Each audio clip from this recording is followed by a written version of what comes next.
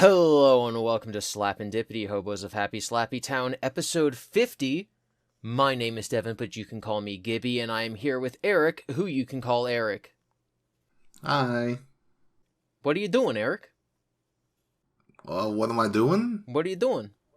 What's What going am I on? doing? What's going on? What are your plans for this week? What are you on this fine early February morning? What am I on? What are you on? Like drugs? Like you on drugs? I took melatonin last night. You little I did not care for it. It's such a weird sleep. Do you normally take it, / have you taken it before? Because I have a lot of experience with melatonin. I have only taken it once before, and I was like, this is a weird way to fall asleep. I don't quite like this. Interesting. Okay. So there was a time when I started taking it because the pills I was on were causing insomnia. So I started taking melatonin. It comes in different sizes, right? Different milligrams. There's like 1 milligram, 2, 3 even, all the way up to 12. Now, what I have since read is that you really don't need more than 3.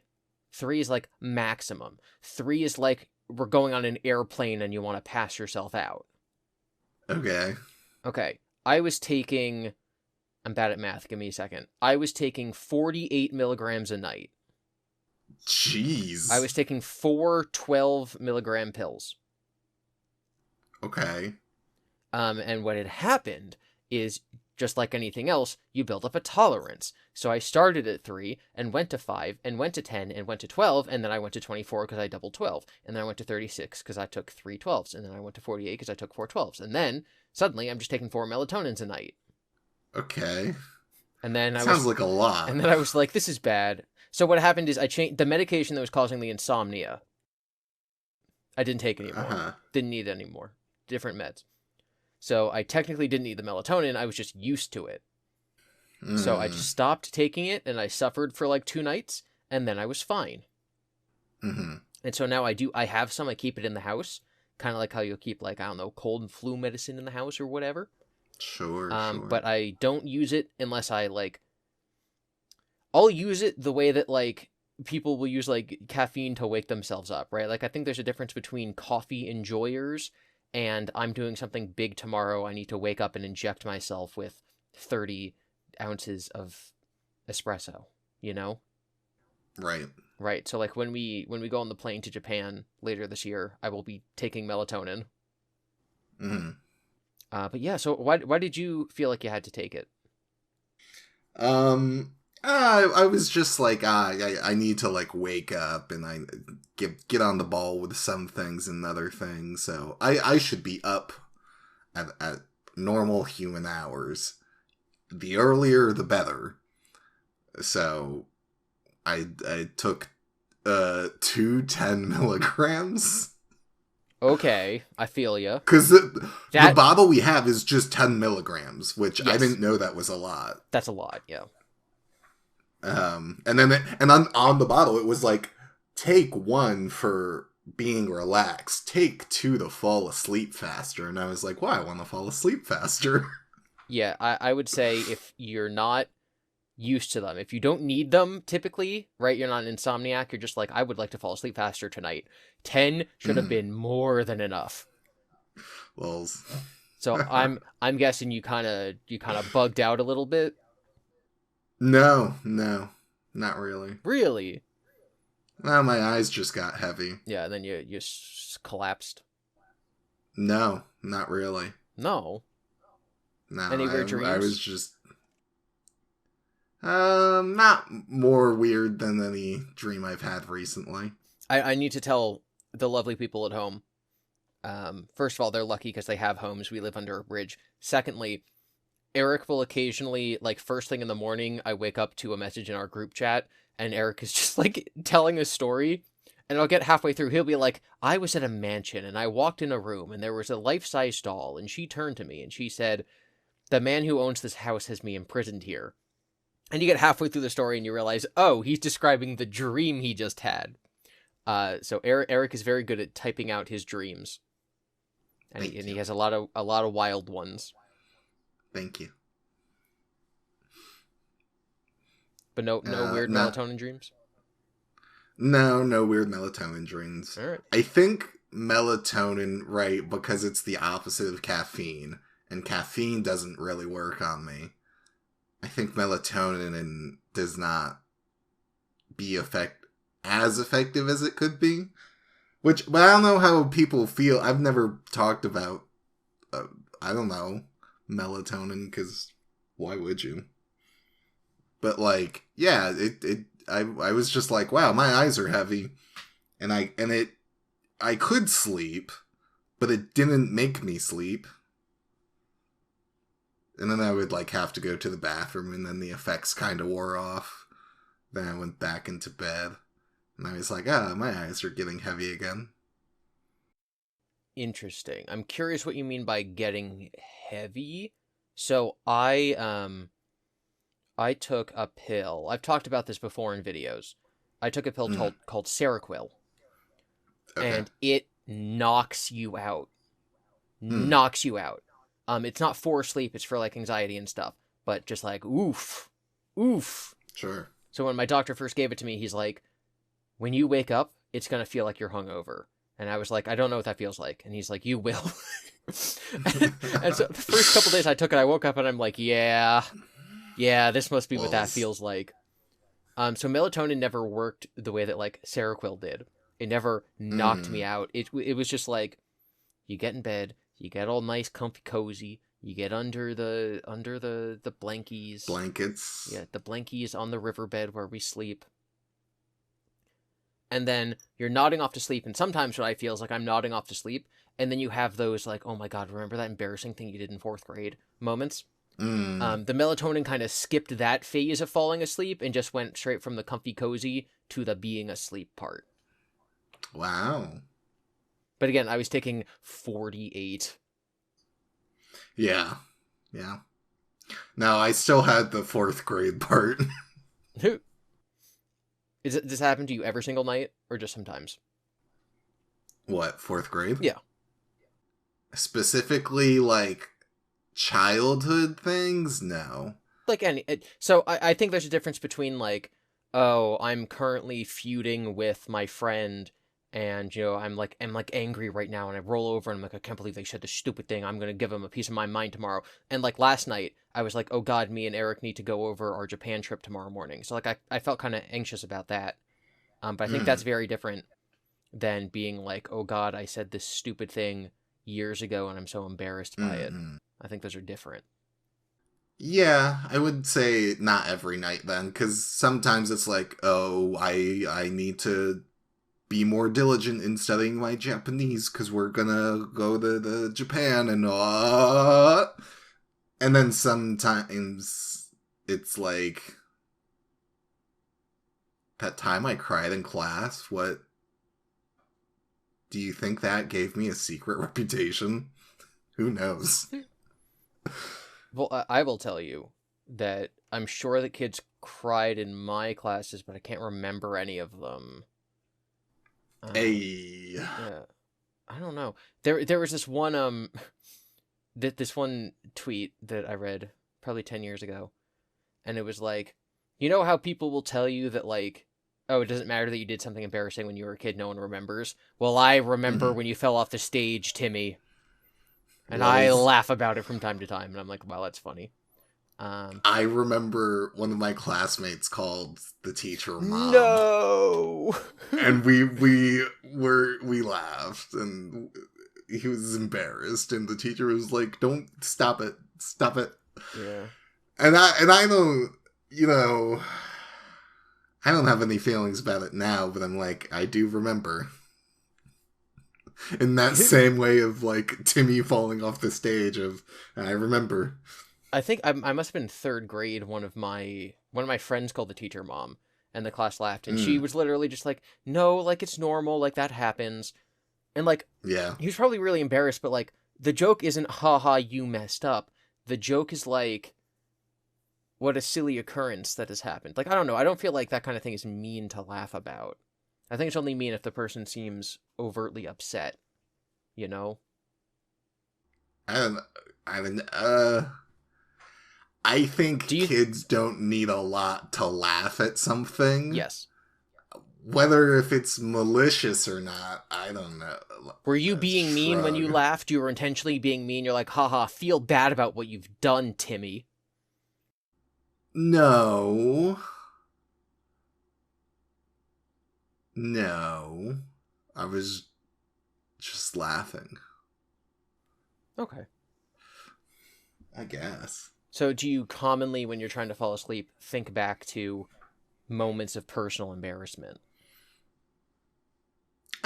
Embarrassment or anxiety or, you know, those genres of feelings. Yeah. I don't know about common. But a decent amount. So, okay. Either recently, maybe you can correct me, either recently or in the near future, cough, cough, we have a conversation about trauma. Sure. Do you remember if that was recently or if that's going to be in the future? It could be either. It could be both. I don't remember. The past is now, and the future has already happened. We may have pre-recorded some episodes for when we were in Japan, cough, cough. Anyway. Why do you don't gotta bring it up every time? Part of the definition of trauma is like the inability to square your past self with your present self, or like the way that you felt before some sort of event happened with who you are now. And so I think that like when you're lying in bed and you're like, oh my God, I'm so embarrassed that I called the teacher mom in 3rd grade. Part of that is kind of like, that doesn't seem like something I would do. And yet I remember that I did it. So like, that's why I need to keep revisiting it. Cause I'm like, what was that? What happened? You know? Sure. So there was a few months ago, because we're kind of in the middle of a multi-year long renaissance of Robert Pattinson. You know, he became Batman. Now he's going to be in Mickey 17 or whatever that movie's called. And so he was giving an interview, and he made a comment. You might have seen this. He was like, I was recently watching an old interview of myself that I gave back during the Twilight movies. And I started telling this story about watching a car full of clowns catch on fire and all the clowns die and how traumatic that was. And that story was just completely made up. And so I'm just sitting there watching myself lying, and it seemed like I was completely possessed. He's like, not only is the story clearly not true, but I don't even remember telling it. And I'm like, who is this person telling this fake story right now? LOL. And, you know, reading that, I'm like, that's just so real, right? As me, someone who has, like, you know, I've had YouTube videos for the last, oh God, like 6 or 7 years now.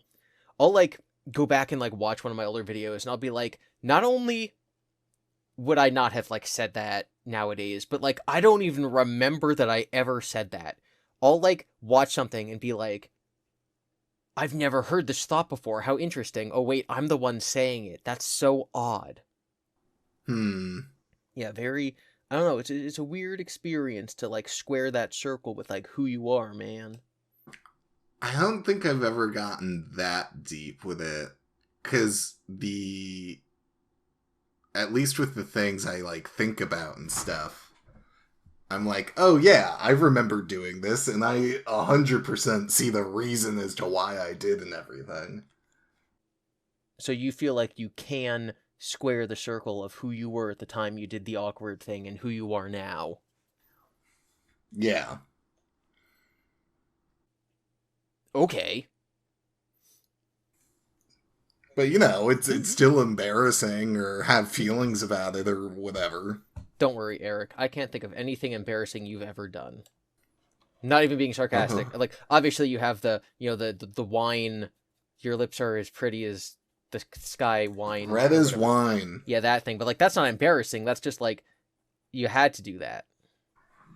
I had to. It was homework. No ifs or buts. Yeah, no big buts. That... I feel like we're a little off track. Tell me more about your nighttime struggles. I don't, what do you want? Do you foresee taking melatonin more? Like, you're like, I just need to go to bed and I can't stay up. Like, so what was the deciding factor in making this big step? I mean, it wasn't a big step. Okay. It was just like in the way that, like you said, in the way that you drink coffee, because you're gonna need to wake up. You take melatonin because, oh, I need to go to bed. So it was just like, I have a bunch of things I want to get done.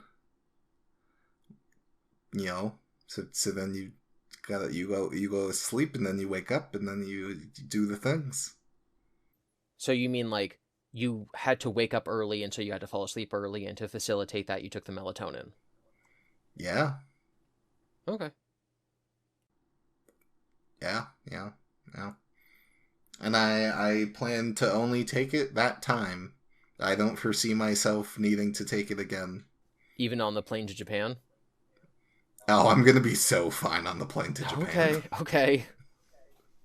I can just fall asleep. Okay.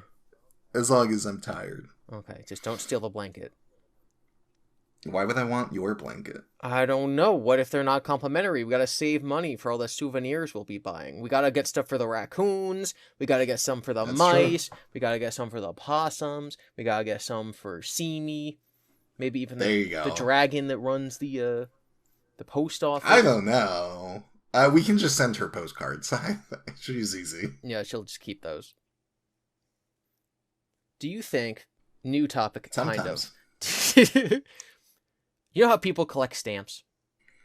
Yeah. Do you think that, like, if you work in a post office, people will kind of, like, post office workers will, like, get the stamps first, the way that, like, oh, you work at GameStop and you want a PS5, so you make sure that your pre-order goes in before anyone else's? Do you think postal workers do that with stamps? I mean, yeah, if they care enough. Do you think that there's a greater chance that somebody would care if they're a stamp seller? Yes. Like if someone was interested in stamps and then worked in the stamps business, I think they would just kind of do whatever process to ensure some stamps. Do you think that working in a post office would make you more likely to become interested in stamp collecting? No. I think you would just be more aware of, like, what stamps exist. Like, apparently there was a string of D&D, Dungeons and Dragon stamps. And, like, I didn't know that existed, but if you work in the stamp biz and then you see that and you're like, oh, hey. And then you're into Dungeons and Dragons. Well, our postal worker is a dragon. Do you think that she found that offensive? No. I don't know. You would have to talk to her. But, like, Dungeons and Dragons has been a thing. Yeah. Okay. What else did you do this week, Eric? The week has just started. It's Wednesday, so. Oh no. What else did I do? I had a thought. You do think sometimes. Okay, let's hear it. Yes. How? Okay, no. I'll just set myself first, because I don't know how to set you up. I find with my hobbies and stuff sometimes, right, that I will go through, like, pendulum swings, essentially, of, like, wow, I'm really into video games. And so you play a bunch of video games, and then after who knows how long, it could be 2 months, it could be 4 months, it could be 2 weeks, you go, wow, that was a great time playing video games. And then you just stop, and there's a day or two where you don't do any hobbies, and then you're like, now I'm gonna read. And you read for like 2 months and you barely play any video games. And your hobbies are just kind of pendulum swings, and like you very minimally participate in the one and then maximize the other. And then the pendulum swings, and then you like switch which one is minimal and which one is maximal. So do you do that, or do you just have a constant stream of like, I play video games and read a little bit every day? So I guess I don't really see my hobbies as something that I'm allowed to indulge in enough for them to become I don't know, like enough that I like build up a tolerance to them. I certainly go in waves of wanting to check things off of my list. So like if I want to read a book, I get the audiobook and I listen. And I literally am like, okay, if I do nothing besides listen to this podcast for the next 8 hours, then I can finish the book. And that's awesome. And then I look at my backlog of books I want to read, and I'm like, okay, and then tomorrow I can get through these two if I do nothing but listen for 8 hours. And then I'll read the first one, and then not read the other two, because the next day I just like don't feel like it. It's almost like what I'm going to call the shower phenomenon, which is before you get in the shower, you don't want to take a shower. You're like, I hate showers. I don't want to have to do it. And when you're in the shower, you're like, I never want to leave. Mm-hmm. So I feel like with listening to audiobooks, when I'm not doing it, like right now, I've gone a few months without reading / listening to one. I'm just like, I really don't want to have to do that. And then I'll be like, oh my God, I'm listening. I'm going to read 3 books this morning. And so like I've done both.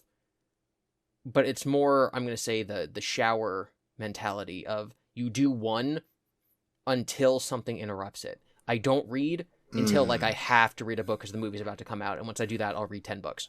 And then I only stop reading because a new episode of a TV show comes out. And so instead of reading that day, I watch the new episode of the TV show and then I just don't get back into it. And it's like the same thing with video games. Like I've been playing through Xenoblade Chronicles X for a few months. And I'll like, oh, I have free time, I'll go play. And then I play. Oh, I have free time, I'll go play. I do that for a week. And then there'll come a day where I'm like, oh, I have free time and a new movie came out, so I'll go watch the movie in the theater. Or, oh, I have free time, but all my friends want to play Marvel Rivals, so I'll play that. And now that I'm out of the Xenoblade Chronicles X loop, I just kind of keep it, I just kind of don't play for a few weeks. But I would not say that I can generalize this across different hobbies. I would just say that, like, I'm a creature of habit, and I do the habit that I'm currently doing.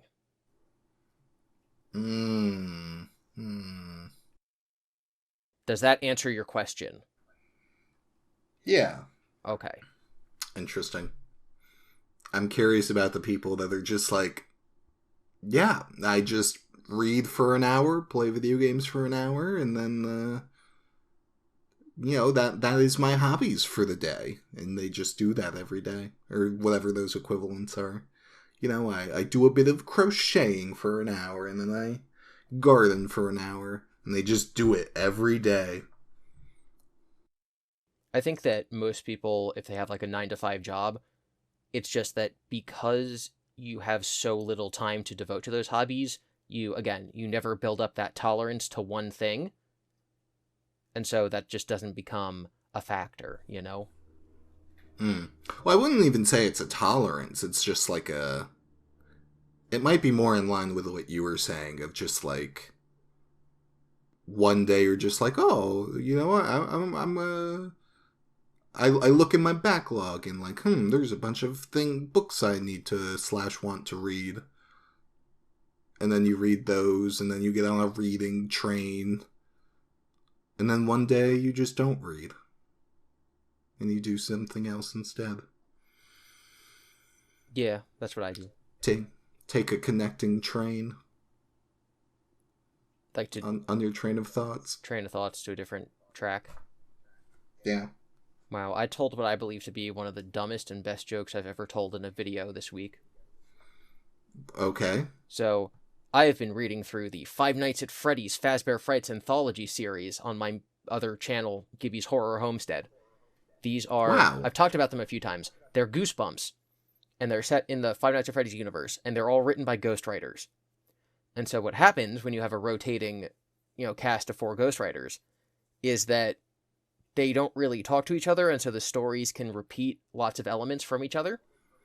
And so a lot of these stories feature train tracks or railroad tracks. And so you can be reading stories back to back, 2 different stories written by 2 different people but are in the same book. and they both will feature, like, railroad tracks. And I think that if the same author was writing two stories, they might not have similar things like that appear in different stories, because it would get kind of, like, repetitive, / if these stories are meant to take place in very different areas of the country, then, railroad tracks kind of call to mind, like, the coal mines of Pennsylvania, or maybe, like, the wood mines of Washington State. So if you don't want to sort of specifically set your location in one of those areas, you might not mention the railroad tracks all the time. So it just seems like all of these stories have railroad tracks. Another thing is that railroad tracks can symbolically mean, like, crossing over from one thing to another. Like in one of the stories, a monster's coming after them, and they defeat the monster by luring it to get hit by a train. But the monster is also symbolic of growing up and becoming teenagers instead of children. And so by crossing the railroad tracks, they have crossed over to being teenagers. Also, the railroad tracks literally divide their town in half from the poor people and the rich people. And so they're also crossing over to the other side of the tracks. So in that story, the railroad, because it's greatly featured in the actual climax, and it has a meaning in the beginning of the story and then a meaning in the end of the story, and it's like, okay, there's great use of railroad tracks. Whereas other stories might just be like, they drove past the railroad tracks. And these stories are vignettes. It's like an anthology, but they all are supposed to connect in the end, right? It's like the Marvel movies. It's like you watch Iron Man and then you watch Captain America, and then they meet up in the Avengers. And that's what's happening in the FNAF novels. And so sometimes it'll be like, oh, I passed a weird guy on the street, and then that weird guy pops up in another story. But if two characters walk by the railroad tracks, I don't know if they're supposed to be the same railroad tracks, because the stories are connected, or if they're not supposed to be the same railroad tracks because the two authors didn't talk to each other and both decided to just include railroad tracks in their stories. You following? You following? It's making sense to you? Yeah. Okay, so the most recent story I read, there's two kids. There's an older teenager and then his younger brother. And the younger brother's, like, annoying and nerdy, and, like, that's his that's his characterization. That's all we get from him, annoying and nerdy. And he wears braces. Whoa. And so I read the quote, and it's like, Chuck smiled and flashed his railroad tracks at Pete. And then I look at the camera, and completely deadpan, I go, I wonder if those are the same railroad tracks as in the other stories. And then I just continue. And I think that's one of the funniest things I've ever said.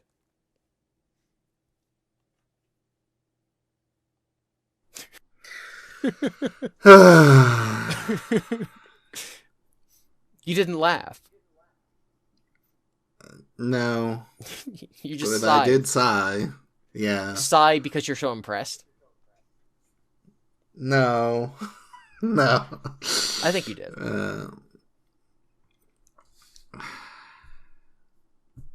All right. Well, that's great. I'm happy for you. That's what I did this week. That you feel this way. A sense of accomplishment? Yes, I do. Thank you for validating me. Yeah. You're valid too, Eric. You and your sleep pills. I'm proud. Thanks. I'm proud of you. Yeah. I appreciate you appreciating me. Well, that seems like a toxic loop that could happen. Do you appreciate feeling appreciated? I'm gonna say no, so we don't get into the toxic loop. It's not a toxic loop. So this is something that, like, people, if you're a manager or a boss at work, like, you're supposed to show your employees that you appreciate them, and then they should be like, and I am appreciated by you. Also, that's a thing in, like, couples counseling and being a manager at a minimum wage job. Basically the same thing. Basically the exact same thing. Okay, you tell me your thoughts on something. Chicken parm is good. I disagree. Well, that doesn't sound very appreciative. I don't appreciate you eating chicken. I don't appreciate you not appreciating my eating of chicken. Well, get good. Well, now I feel even less appreciated. Well, I feel like appreciating everything you do would be toxic positivity, and when you do something wrong, like eating chicken, I should call you out for it. Well, calling me wrong for eating chicken is a moral, subjective stance, and I disagree. Let's get into it. Appreciating. Oh, okay. Okay, yeah, morality, not subjective. Um. Okay. Here's what I recall from psych classes.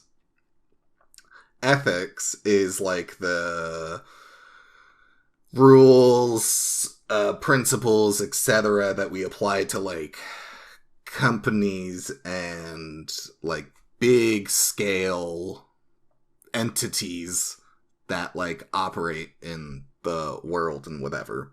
Morals is an individual system that people use for their set of guidelines, rules, etc. So in this definition, if a morals is a rule set for an individual to use to determine their actions on if it's good or not, then it would be subjective because it's individualized.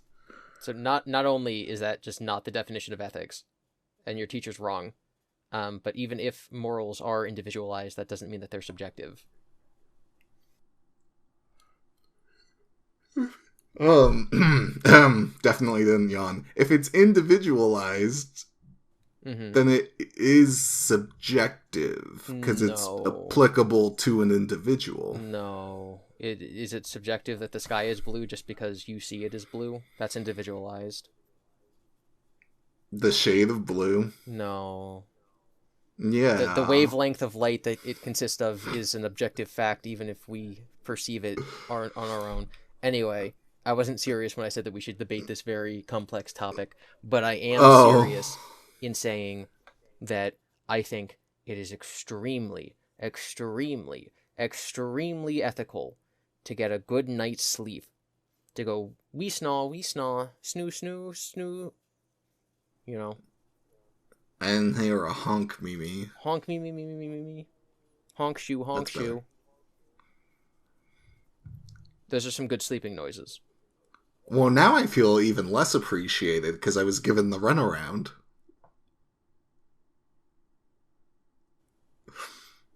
What do you mean? Well, because you know we were talking about appreciation, and then you were like, let's have this very serious conversation, and then you pulled the rug out from under me, and now I just don't know what's real. Sleeping is real. Ethics are real. Is the sky real? That's actually a great question. So what we call the sky, the ocean. No, what we call the sky, right, is just like a layer of gas between us and space. But like, that means we're in the sky because like there's oxygen and stuff around us. Like, the sky is just there. Like, when are you not in the sky? If I jump, am I in the sky? No, because like the horizon is the meeting line of the land in the sky. But the horizon like doesn't. The horizon is based on your own perception. If the horizon right now from where I'm sitting is the mountains around me, and then I go to the top of the mountain, now the horizon's way different. Right, but if I'm just looking at the wall, that's not the horizon, but I'm existing in the sky. Right? So that wouldn't work. If you're, did you say what? Yeah, I said what? If you're in a skyscraper, you're like 70 stories up in New York City, and you're looking around, you're like, wow, I'm so high up right now. Are you in the sky? Mm-hmm. Are you in the sky? In a skyscraper? I know. No, because you're only scraping the sky. You haven't touched yet. Okay. You're just scraping at it. That's not in it. If you're outside your house right now, in your suburban area, and Superman flies by, and he is at the exact height that you would be if you were 70 stories up in a Manhattan skyscraper, is he in the sky?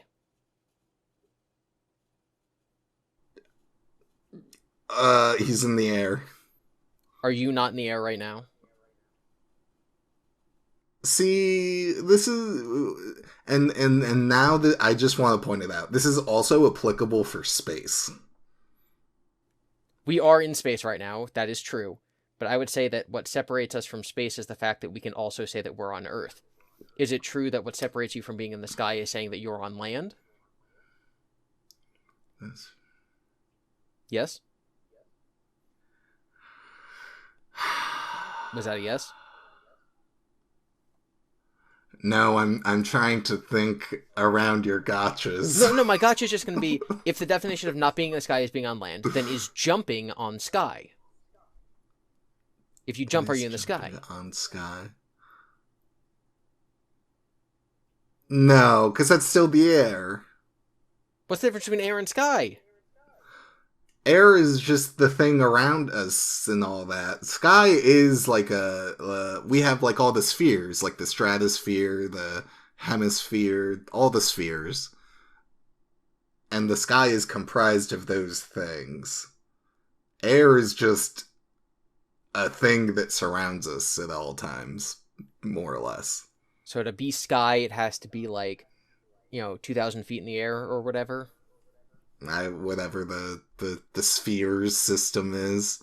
The sky is also a reflection of the ocean. No, so it's not. if you jump and you're not reflecting the ocean, that's not sky. Okay, the sky is not a reflection of the ocean. Yes, it is. No, it's not. What do you mean? Yeah, we know this. No. It's the color blue because it's reflecting the ocean. No. Yeah, and then the sun gets all sunsetty, and the ocean becomes orange, and the sun gets orange. No. We all. This is first grade, Devon. That is incorrect. The sky is blue because when the sunlight contains all colors, right? That's what a rainbow is. Yeah. And when you put white light through a prism, it separates into all the different colors. Right. So the sun is white light, and it passes through our atmosphere. And the particles that make up our air don't allow one specific wavelength, right? Because all colors are wavelengths of light, right? Mm-hmm. So one of them is like really like thin, but it has little bumps, and one of them is really spiky. And those are the two ends. One of those is infrared, one of those is ultraviolet, right? So blue, the exact frequency that blue is, has a very difficult time passing through the particles that make up the gases in our atmosphere. And so it bounces around between the particles, never making it all the way through. And so because there's just blue bouncing around in the sky, it makes the sky appear blue. The reason that sunsets are like pink is because when the sun's at the horizon, it has to pass through more particles in the air, right? Because it's farther away. There's more air particles between you and the sun when it's setting than there is at noon. And so that amount of particles is harder for the color pink to bounce through. And so that's why the sky turns pink at sunset and sunrise. I don't know, man. I don't know. I think I'm sticking with the ocean thing. Okay. See, the thing is that if I happen to be wrong right now, that would be way more embarrassing for me than if you're wrong right now. Because I sound like I know what I'm talking about. Yeah. Yeah, so like if someone in the comments corrects me, then I'm probably going to be thinking about that at night for the next 20 years of my life. And that's okay. It's okay to be wrong. I feel appreciative that you just said that. It makes me feel seen. I'm glad I could provide that for you. Do you feel appreciated by me?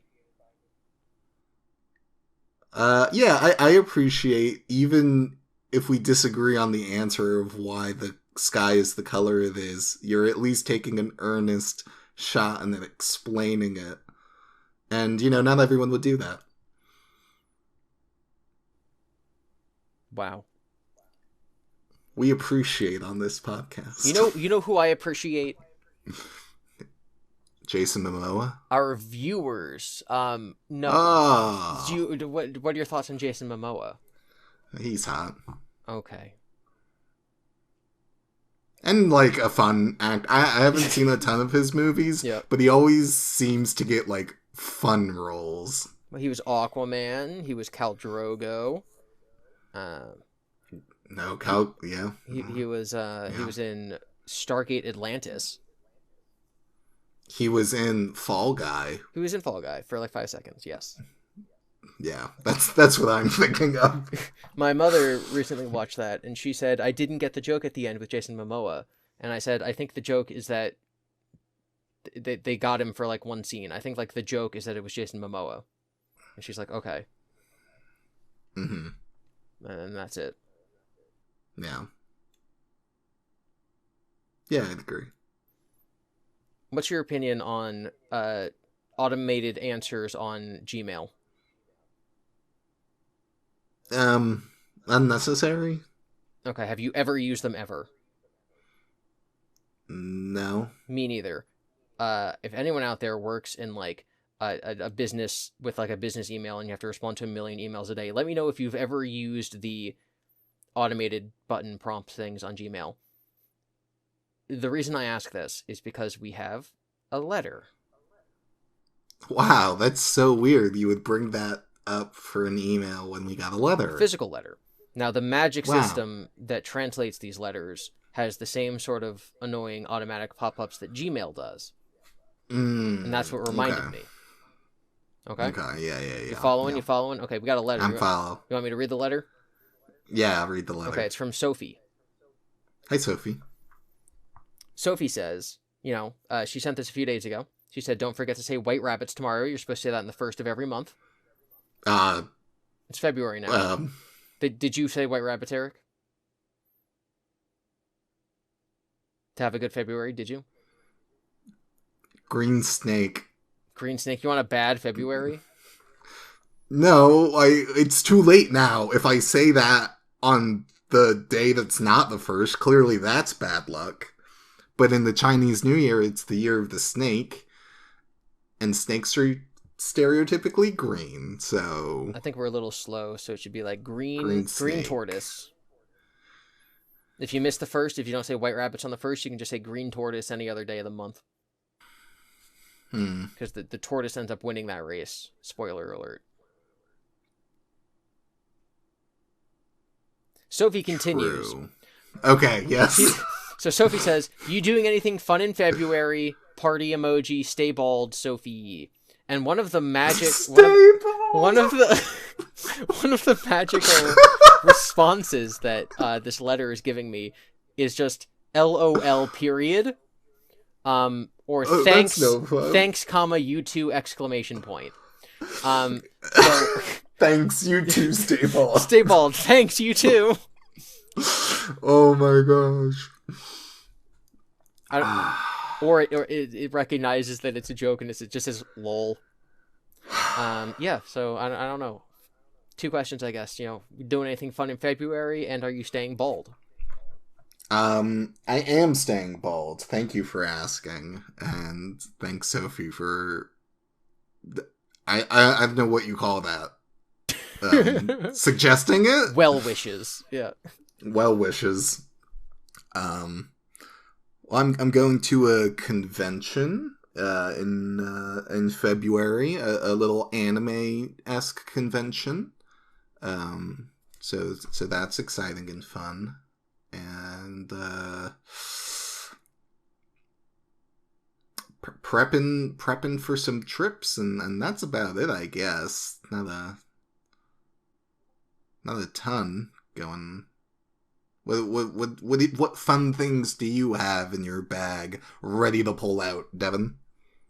Well, speaking of bags, I have to practice packing bags for our Japan trip. Whoa. And I've also never flown in a plane before. What? And so I've been nervous, because I don't know how airports work, I don't know how baggage works, I don't know how planes or flying or anything works. So I decided, you know what I'm going to do? So I'm not as nervous. What are you going to do? I'm not as nervous about the Japan trip, is I'm going to fly somewhere. Whoa. So I made the decision to fly to Mississippi.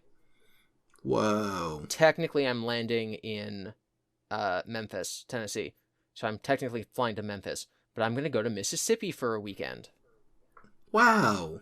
Yes. That's fun. Very fun. I got my plans. I'm meeting a friend there. He's going to pick me up at the airport. We're going to hang out. It's going to be awesome. And it's going to get me over my fear of flying. Hooray. And then 2 airplanes crashed this week. Well, I'm still going. It's just like, oh, okay, that's what I really needed right now. Just don't think about it when I'm in the airplane for the first time. Yeah. Don't think about how there was just an airplane crash and I saw it on the news and I saw what it looks like. Don't imagine that the entire time. Just go to bed. I'll take some melatonin. No, it's only a 2-hour Oh. flight. I can absolutely not do that. Lols.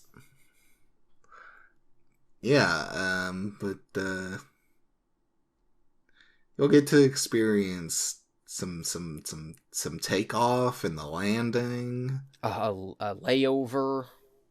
A layover. If you're lucky or unlucky, you get to experience a baby crying on the plane. Ooh. And that's just... You just have to be ready for those. Maybe I'll just listen to some audiobooks. Oh, maybe. Get through some of those. Have you ever been to Memphis? No, not intentionally. Not I might have driven. intentionally? I might have drove through it during the cross-country trip, but we didn't stop. We might have, on the highway like Memphis, but we didn't do anything about it. Okay. Well, I'm going there, and I'm going to visit Elvis. Oh. He's got his house there. It's called Graceland. You can go. We're going to go there. I'm going to go see Elvis. You could try going to Dollywood. That's a little further away. The only reason I'm going to Elvis is because it's like kind of near the airport. I'm only there for a few days, and then the second day I'm there is the Super Bowl. So it's gonna be a little hectic. But yeah, kind of excited to go. Remember I was saying that I'm reading those Freddy Five Nights stories? Yeah, I remember. So the episode that's gonna go up on Super Bowl Sunday takes place... Bold of you to upload on Super Bowl Sunday. Go on. It's going to upload... Well, I upload at 1 p.m. The game's not for like 5 hours. It's whatever. Sure. Takes place in Memphis. So what I'm going to do is on Saturday, when I'm in Memphis visiting Elvis, is I'm going to film myself around the city and then put that into the video that is going up the next day, so that when I talk about it, I can show, like, and now this is where I was. And this is me walking down the street. I figured it's pretty serendipitous that I'm going to be in Memphis the day that the video about Memphis goes up. Wow. Yeah, it's pretty cool. Pretty slappy. Happy Slappy Town. Slapendipity. Big slaps. Yeah. Big haps. Yeah, I have to sneeze. Okay. Okay. Have you ever said White Rabbit when you have to sneeze? No. White Rabbit, Will White you? Rabbit. Yeah, I just did. And I don't need to sneeze anymore. Have you never heard of that before?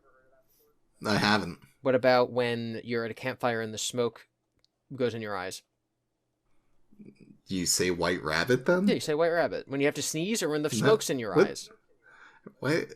No. You've never heard of these things? Okay. So I'm totally not kidding. I did really have to sneeze. But then I just didn't. So the idea is that when the smoke goes in your eyes at a campfire, you say White Rabbit and then it goes away. Now, in reality, what's happening is that the breeze is continually shifting. And so if it goes in your eyes, in the amount of time it'll take you to say White Rabbit, it'll just shift away. But it's just an old thing you do when you're around a campfire. You say White Rabbit. And then it also works when you're going to sneeze. Okay. So, yeah. The only sneezing trick I know is if you feel like you have to sneeze, but you can't/aren't, you look up at a light, and that'll make you sneeze. And the other thing is the cartoon thing, where you just put your finger under someone's nose, and that makes you stop. I don't know that one. I know the light one. I don't know the finger nose thing. But just from cartoons and stuff, someone goes, and someone runs over and puts their finger under their nose, and they just don't sneeze. Or maybe they do sneeze, but it's muffled. Yeah. Have you ever plugged your nose while sneezing? Because that seems like it would... I think I did that as a kid. I think it hurts. Yeah. Yeah. So White Rabbits, for good luck on the first of the month, for warding away smoke, and for sneezing. Wow. Someone needs to start paying these rabbits and carrots. We gotta go get some... They are working overtime. I've never seen a White Rabbit in Happy Slappy Town. Come to think about it. Yeah, I don't know what yet to tell. Yeah, they're so busy working. I don't know. They're working in the sneeze department. They're working in the sneeze department, the eye department, the good luck department. They, making calendars and campfires. What? They're making calendars and campfires. Are you saying? The bunny department. Are you saying the bunny department is corrupt and they are making these instances for people to call on them? No. So like, if you want a campfire and don't want the smoke to go in your eye, you would buy like a bunny certified campfire, a white rabbit certified campfire. I don't know. I've seen, I don't know. I've seen lots and lots of calendars that have bunnies on them. But that's a different thing. That was a Playboy joke. Did you get it? Yeah, I got it. Okay, cool. What's your I don't know. What's your campfire experience like? You do a lot of campfires, bonfires, marshmallows. Yeah, usually some roasting marshmallows, some s'mores, not a ton of campfire. Didn't we just talk about this? Would talk about what? Poking marshmallows with sticks? Poking marshmallows with sticks. Yeah. I guess. I think we did. It sounds familiar. I think I asked you if you go in the woods and get a stick and put a marshmallow on the end. And then you eat it straight from the stick. Yeah, we talked about campfires, white rabbits. Okay. Are you following? You following what I'm saying? You picking up what I'm putting down? Yes. Do you know what the chubby bunny challenge is? Isn't it to like eat a bunny peep and say chubby bunny? Yeah, it's to shove marshmallows in your mouth. Okay. I'm just yes-anding this conversation we're having about campfires and white rabbits. You're giving me nothing. I'm like, Eric, you know the chubby bunny? Throwing a blanket. You know marshmallow? Because we were talking about white rabbit when smoke flies in your eyes, and then we're talking about s'mores. I'm like, okay, chubby bunny. It's a bunny thing, and it's a marshmallow thing. That's a logical progression. Eric, what do you have to say about it? I don't, because I never did it. But me neither. I didn't. I don't eat marshmallows. Yeah. Oh my goodness. I'm sorry to be such a wet blanket. I don't know. Have you ever... I just wasn't ready. Have you ever thrown a wet blanket over a fire to extinguish it? No, thankfully I have never been in a situation where I've needed to. Even a campfire? Even a campfire. How do you extinguish your campfires? Either let them burn out or with like a bucket of water. Or like getting something over it and smothering it, like a lid. A lid on a campfire? Yep. I was imagining like a oven grease fire thing, but fire methods. You ever put a wet blanket over it to stop a fire? No, but I have poured lots of water on a fire before. I am safe Boy Scout man, and I'm good. I build the fires, and then you get a bucket of water. You should never have a fire without a bucket of water. Bucket of water comes first before you light the fire. And what I have discovered is that you just need way more water than you think you do if you actually want to put it out. Because you put out the fire, and you pour... And then there's embers. There's embers, and then there's just like ash. And so you pour some water in the ash, and then it just keeps smoking, or steaming, I guess. And you're like, wow, that ash is really hot. I need to make sure that it's not. And so you go get more water, and you pour it on, and it's just still steamy, smoky. And you're like, well, I guess I need to dump a bunch of water on it, and you do. Just because there's no flame doesn't mean that it's not hot enough to start a forest fire. Only you can prevent forest fires. Thanks, Smokey. No, steamy. I'm sorry, Steamy. Steamy the rabbit. Steamy the white rabbit. Steamy the bear. Steamy the white rabbit. Smokey's the bear. You're right. What a fool I've been. Steamy is the white rabbit who makes calendars, certifies campfires. Whoa, this sounds like a lot for one rabbit. And teaches sneezing defense courses. Do you think Steamy is like a title that gets passed on to other white rabbits? So like we have to elect a new Steamy? Or like... No, it's not an elected thing, but like Steamy gets the title of Steamy the White Rabbit.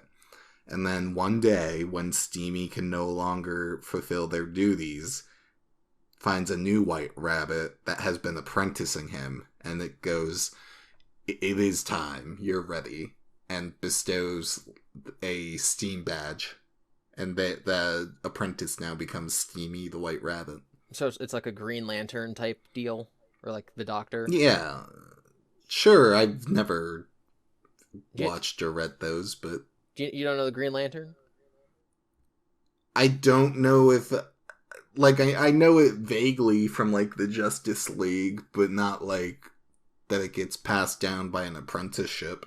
It's not really an apprenticeship. It's more that when a Green Lantern dies, the lantern ring flies off their finger and goes, and they find the next most qualified person to be a Green Lantern. And so sometimes the current Green Lantern will like have their eye on someone and be like, I think it's going to be that guy.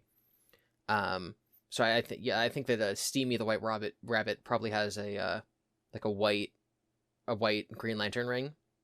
It's probably his lucky rabbit's foot, so it's more like a toe ring.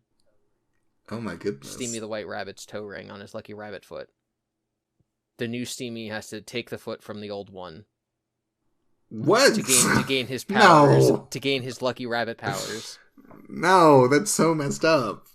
That's a human invention of poaching for whatever reasons. That's not a rabbit practiced system. Do you think rabbits... No, I don't think rabbits steal each other's feet for luck. Humans take parts of other humans for luck. You know, teeth. What? They used to like scalp people, take their teeth, take their foreskins, take like their like. That's not for luck. Well, it's for rituals. That's for. Yeah, but some of those rituals are just like. Wait a minute. What's the ritual for teeth? You put them under your pillow and you get $1. Preferably a gold dollar from the tooth fairy who collects the teeth. Right. But we aren't ripping people's teeth out on purpose for that. That's just like a thing you do with a spare tooth. Did you ever do the thing where you tie a string around your tooth and then close a doorknob? No. I did multiple times. Did it work? Oh, yeah. Okay. I would just use my tongue or my fingers. Yeah, you just wobble it all day until it comes out. Or like you bite into like a piece of bread and then the tooth comes out. But when I was a kid, I'd be like, oh my god, I've seen the thing when you doorknob it. Let's do that. And then we did it. And it's like, okay, that's fun. Yeah, typically teeth will fall out in very soft food, like a bagel or a piece of bread. Because like they get stuck to it and then you bite and then it comes out. I don't think I ever got a tooth lost in a food. Wow, I've got multiple teeth lost in food. I remember one time my mom was mad at me, and I didn't know what to do about it, but I had a loose tooth, so I wiggled it and broke it out. Not broke, but like ripped it out. Probably a little bit earlier than I should have, but I showed it to her to be like... Here is a tooth. You cannot be mad at me. I don't know what my logic was. Yeah. What? Yeah. Huh. You never ripped out a tooth to get someone to stop being mad at you? In anger, I ripped out my own tooth? No. Jacob Sockness pretended to rip out a tooth in anger over me. Oh. Yeah, that's intense. Yeah, this is a crazy guy who was in love with Chris Chan, who didn't like me, and so he is missing a tooth, and I guess he kept it. So he like pretends to pull it out, and so he filmed himself pretending to pull the tooth out, and he was like, "This is because of you, Gibby, and I'm going to use this to like cast a magic spell cursing you." Cool. Pretty crazy. One time I was reading through his tweets, and one of them was a curse on me, and my nose started bleeding as I was reading it.